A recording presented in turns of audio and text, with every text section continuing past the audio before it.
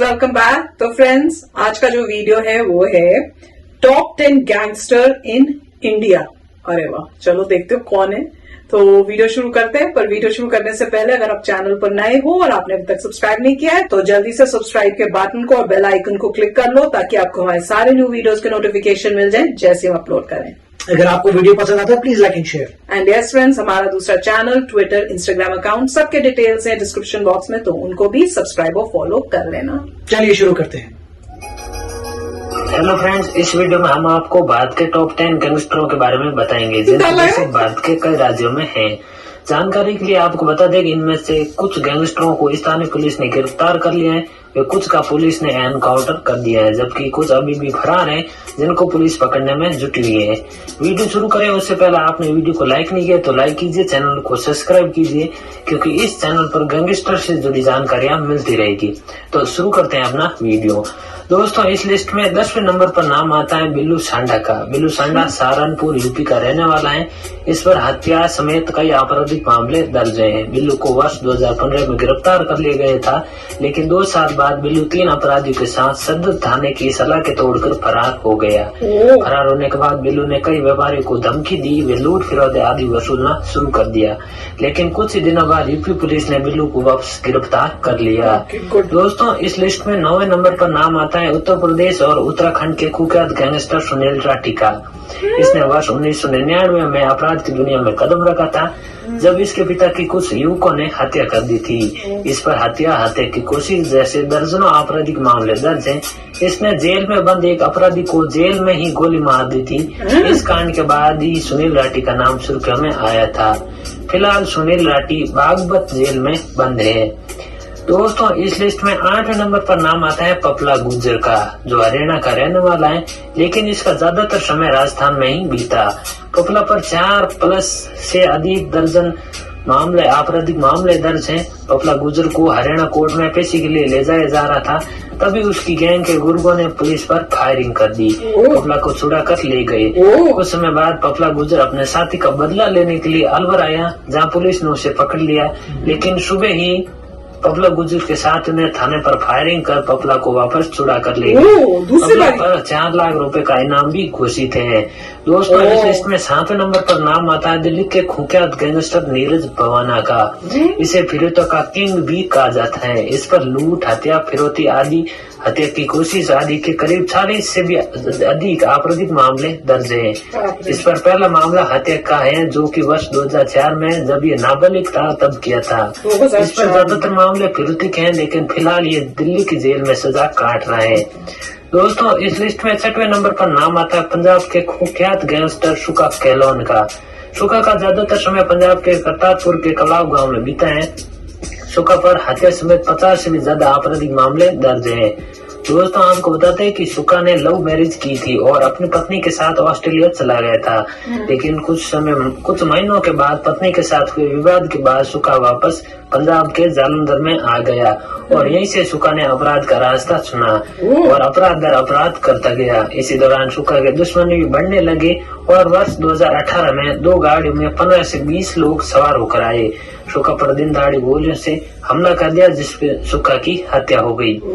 दोस्तों, इस लिस्ट में 5वें नंबर पर नाम आता है पंजाब के रॉबिन हुड कहे जाने वाले रूपिंदर गांधी का। ये मात्र 22 वर्ष की उम्र में ही गांव का सरपंच बन गया था। गांव के लिए ये अच्छा लड़का था, लेकिन गांव के बाहर अवैध शराब की तस्करी, लड़ाई झगड़े आदि करने से बाहर के लोगों के लिए ये खौफ था। ये राजनीतिक लड़ाई में ज्यादा सक्रिय रहने के कारण विरोधी दल के नेताओं ने इसे अपने रास्ते का रोड़ा समझने लगे और इसी तरह गांधी के दुश्मन भी बढ़ने लगे। आपको बता दें कि 9 सितंबर 2003 में इसकी बेरहमी से हत्या कर दी गई थी। गांधी को 5 सितंबर को अगवा कर लिया गया था और 2 गोली मारकर भाखड़ा नागल में फेंक दिया गया था। जब पुलिस को इसकी लाश मिली तो पुलिस ने चोरी छुपे इसका अंतिम संस्कार कर दिया ताकि इसके चाहने वाले इसका विरोध ना कर सके।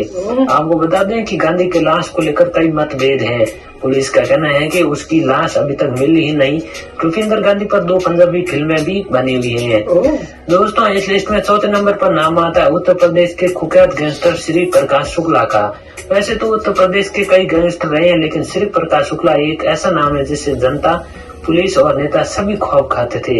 ये 90 के दशक का सबसे बड़ा डॉन था।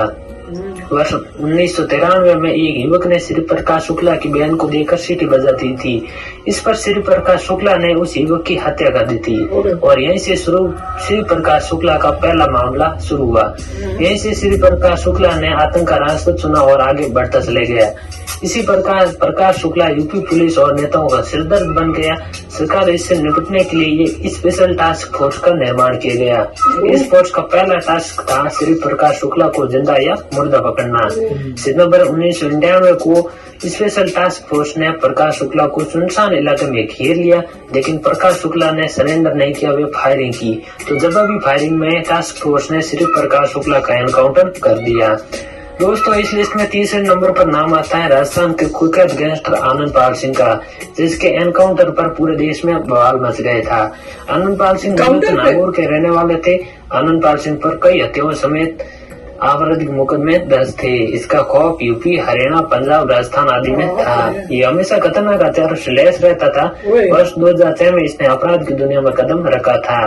इस पर पहला आपराधिक मामला जीवनराम गोदारा की दिन दहाड़े गोली से भूनकर हत्या करने का था। वर्ष 2006 से 2011 के बीच ऐसे ही आनंद पाल सिंह अपराध करता गया और आखिर में पुलिस ने उसे गिरफ्तार कर लिया। लेकिन वर्ष 2015 में पेशी पर जाते समय आनंद पाल फरार हो गया। इसके 1.5 साल बाद पुलिस ने आनंद पाल के एनकाउंटर कर दिया और इस एनकाउंटर में दोनों तरफ से बहुत गोलियां चली थी, जिसमें 2 पुलिस जवान भी घायल हुए थे। आनंद पाल के गुर्गे भी घायल हुए थे। दोस्तों, आपको बता दें कि आनंद पाल सिंह पर एक पूरी फिल्म भी बनी हुई है, जिसका नाम है रंगबाज फिर से। दोस्तों, इस लिस्ट में दूसरे नंबर पर नाम आता है मनीष सूर्य का, जिसे मुंबई का डॉन भी कहा जाता है। इसने मुंबई के ही एक कॉलेज से ग्रेजुएशन पास किया था। जब ये अपराध की दुनिया में कदम रखा तो उस कॉलेज के साथ कोई अपने गैंग में शामिल कर लिया। वर्ष 1969 में मान्या ने एक व्यक्ति की हत्या कर दी थी। पुलिस ने उसे गिरफ्तार कर लिया। उसे आजीवन कारावास की सजा मिली और उसे पुणे की जेल में भेज दिया। यहाँ मान्या सूर्य सुधरने के बजाय बिगड़ने लगा। वहाँ पर मौजूद दूसरे कैदियों के साथ मारपीट आदि करने लगा। इससे जेल प्रशासन परेशान होकर मान्या सूर्य को रत्नागिरी जेल भेज दिया। नाराज मने ने रत्नागिरी जेल में भूख हड़ताल कर दी, जिससे उसकी तबीयत बिगड़ने लगी। तो पुलिस प्रशासन ने उसे अस्पताल में भर्ती कराया, जहां से मौका पाकर मने सूर्य फरार हो गया और वापस मुंबई आ गया। यहाँ पर अपने गुर्गों को वापस एकजुट किया और अनेक अपराध करने शुरू कर दिए। मुंबई पुलिस इससे परेशान होकर मने सूर्य के गुर्गों को गिरफ्तार करने लगी और इसी बीच 11 जनवरी 1982 को मने सूर्य का मुंबई पुलिस ने एनकाउंटर कर दिया। दोस्तों, इस लिस्ट में सबसे ऊपर यानी टॉप पर नाम आता है विकास दुबे का, जो कानपुर यूपी का रहने वाला है, जिसके ऊपर 60 से भी ज्यादा आपराधिक मामले दर्ज है। विकास दुबे का नाम तब सुर्खियों में आया जब यूपी पुलिस उसे गिरफ्तार करने गई तो यूपी पुलिस पर फायरिंग कर दी और फरार हो गया। इस फायरिंग में यूपी पुलिस के 8 जवान शहीद हो गए थे। इस फायरिंग के बाद यूपी पुलिस अलर्ट पर आ गई। जो विकास दुबे पहले 25,000 का इनामी बदमाश था, वो रातों रात 5 लाख का इनामी बदमाश बन गया। पुलिस इसे पकड़ने में सोटी में लगा दी गई, जिसके 6 दिन बाद विकास दुबे को उज्जैन के मां कालेश्वर मंदिर से गिरफ्तार कर लिया गया और एनकाउंटर कर दिया। कई लोगों ने सवाल उठाए कि एनकाउंटर फर्जी था, लेकिन पुलिस ने जवाब में कहा कि जिस गाड़ी में विकास दुबे को ले जाया जा रहा था वो डिवाइडर से टकरा कर पलट गई। इस दौरान विकास दुबे ने हथियार छीनकर वहां से भागने की कोशिश की, तो जवाबी फायरिंग में पुलिस ने विकास दुबे पर गोली चला दी, जिससे उसका एनकाउंटर हो गया। तो फ्रेंड्स, वाकई कमाल का वीडियो था गैंगस्टर्स के ऊपर, और मुझे इनमें से किसी का नहीं पता था एक्सेप्ट वो जो नंबर 1 पे उन्होंने विकास दुबे बोला, वो भी इसलिए क्योंकि अभी रिसेंटली इतना न्यूज में था कि ये हुआ वो हुआ, तो उसके थ्रू हमें उनके बारे में पता चला था। पर देख लो कि इतने लोग होते हैं जो गलत रास्ते पे चले जाते हैं। कईयों का तो वैसे ही गलत रास्ते पे जाते, कईयों की लाइफ में कुछ ऐसा हो गया जिसकी वजह से, जैसे एक इनका बताया कि किसी ने उनकी बहन को छेड़ा, सीटी मारी तो उसको मार दिया और फिर गलत रास्ते पे चले गए। पर जो भी है, गलत काम करने का ये तो दिख ही रहा है कि अंजाम जो होता है, नतीजा जो होता है, बुरा ही होता है। और जिस तरह से कईयों का तो दिखाया कि वो पुलिस उसको लेके जा रहे हैं कोर्ट में, या कहीं रास्ते में ही उनके लोग आके उनको बचा लेते हैं और भगा लेते हैं, या कोई वजह से वो भाग जाते हैं वहां से। कहाल है कि इस पकड़ने के बाद भी उनको भागने का मौका मिल जाता है। इसका मतलब है सिक्योरिटी और ज्यादा स्ट्रांग चाहिए, ताकि इस टाइप के केसेस जब पकड़े जाएं तो उसके बाद उनको भागने का कोई चांस कोई अपॉर्चुनिटी मिले ही नहीं। पर बाप रे कितने सारे नाम बता दिए, और आई एम श्योर और भी बहुत होंगे। राइट, तो मतलब थोड़ा अनयूजुअल है कि गैंगस्टर्स पे वीडियो बनाना और मुझे भी लग रहा है कि दुख की बात है कि मतलब गैंगस्टर्स, अगर कोई बन रहा है गैंगस्टर तो जिंदगी में कोई रीजन होंगे जिससे मैं वही सोच रहा था कि लोग जो हैं क्यों गैंगस्टर बनते हैं, और उन्होंने उस पे एक आध का मेरे ख्याल से एग्जांपल दिया था कि क्यों बने हैं, मगर इतना क्लियर नहीं था। तो एक ही फादर की डेथ किसी ने मार दिया था, तो वहां मुझे लग रहा था चलिए, मगर नॉर्मल लोग जो हैं नॉर्मल प्रोसेस फॉलो करते हैं, न्याय के लिए जो है पुलिस के पास जाते हैं या कोर्ट केसेस करते हैं, जो भी किसी की सिचुएशन हुई है। परंतु मतलब भगवद गीता तो यही कहती है कि आप रिस्पॉन्सिबल अपने कर्मा के लिए, अगर कोई और कर्मा करता है तो वो उसकी प्रॉब्लम है, आप सिर्फ अपने कर्म के लिए ही रिस्पॉन्सिबल हैं। ठीक है, अगर मान लीजिए आपके लव्ड वन के साथ कुछ बुरा होता है तो जिसने बुरा किया है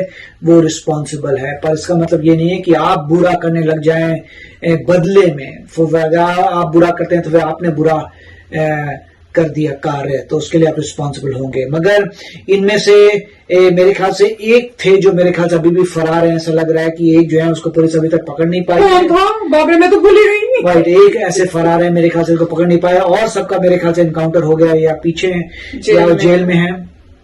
तो मगर मेरे ख्याल से एज ए सोसाइटी ये देखना चाहिए कि गैंगस्टर पैदा ही ना हो इंस्टेड। और बहुत लोगों ने मिस्टर विकास दुबे के बारे में भी स्टडी की थी कि किसने विकास दुबे को इतना बड़ा बनने दिया।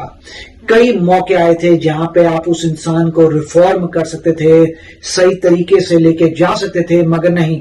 तो उस पर एक मैंने आर्टिकल पढ़ा था, मैं भूल गया एग्जैक्टली, उसमें ये जरूर था कि उसमें कुछ एक टीम एनालाइज करी थी कि क्यों विकास दुबे को इतना बड़ा बनने दिया, क्योंकि करप्शन उसमें एक केस था।